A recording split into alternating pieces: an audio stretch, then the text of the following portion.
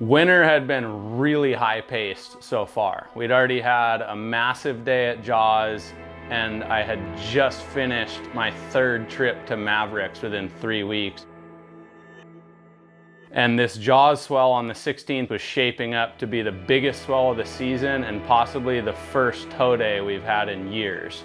If there's no wind, then it kind of shapes up and leans more towards a paddle swell, but the fact that this swell was coming with so much size, so much energy, and it was going to be coupled with a lot of wind, it was really leading towards being a tow day.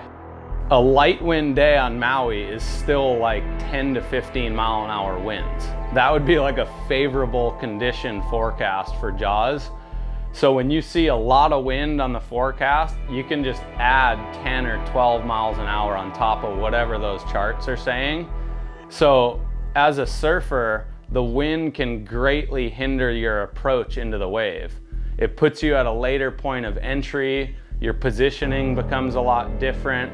The speed actually ramps up the face of the wave. So if the wind is saying 30 miles an hour, you have to imagine that wave is moving close to 30 miles an hour as well against the wind. So it's kind of like dragging a ramp into the wind. It doubles the speed of the wind. And that wind can really put you in some bad scenarios from a takeoff position.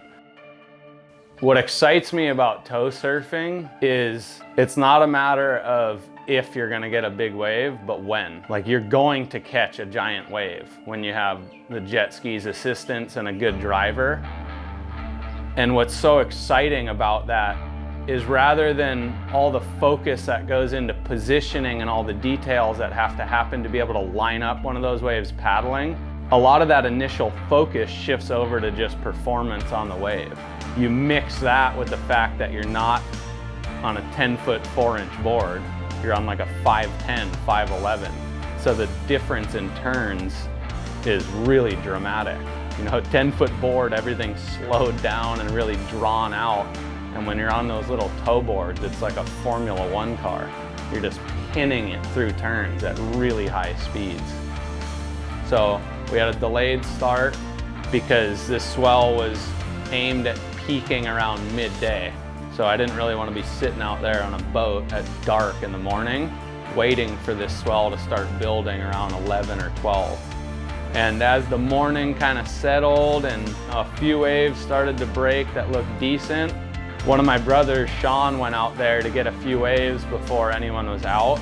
And then he got one quick warm up and then he just got a hog, like right out of the gate. The biggest first wave of the swell just set in, hit the reef perfectly, and it really hit the entire lineup like, okay, here we go. This is definitely what we were expecting from this swell. And that really set the tone for the day.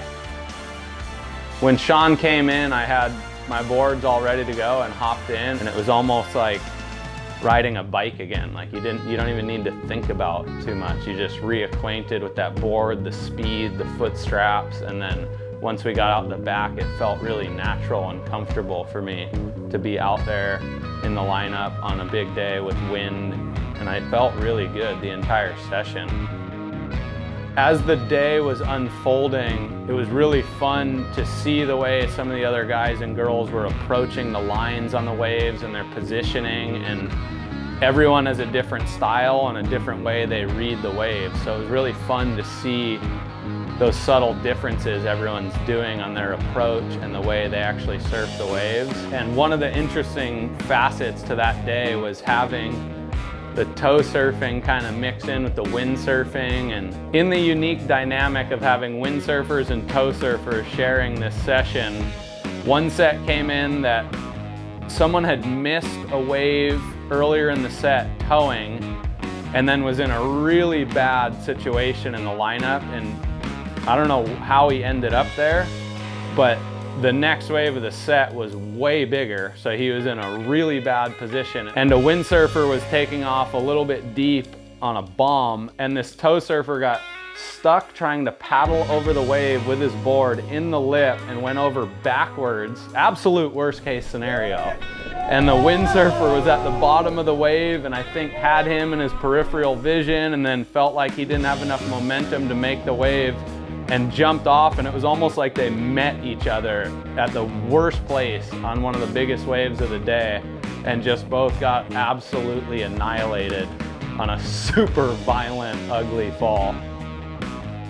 In these sessions, there's so much going on. There's these really violent, dangerous wipeouts happening. There's the waves you're riding. There's rescues happening.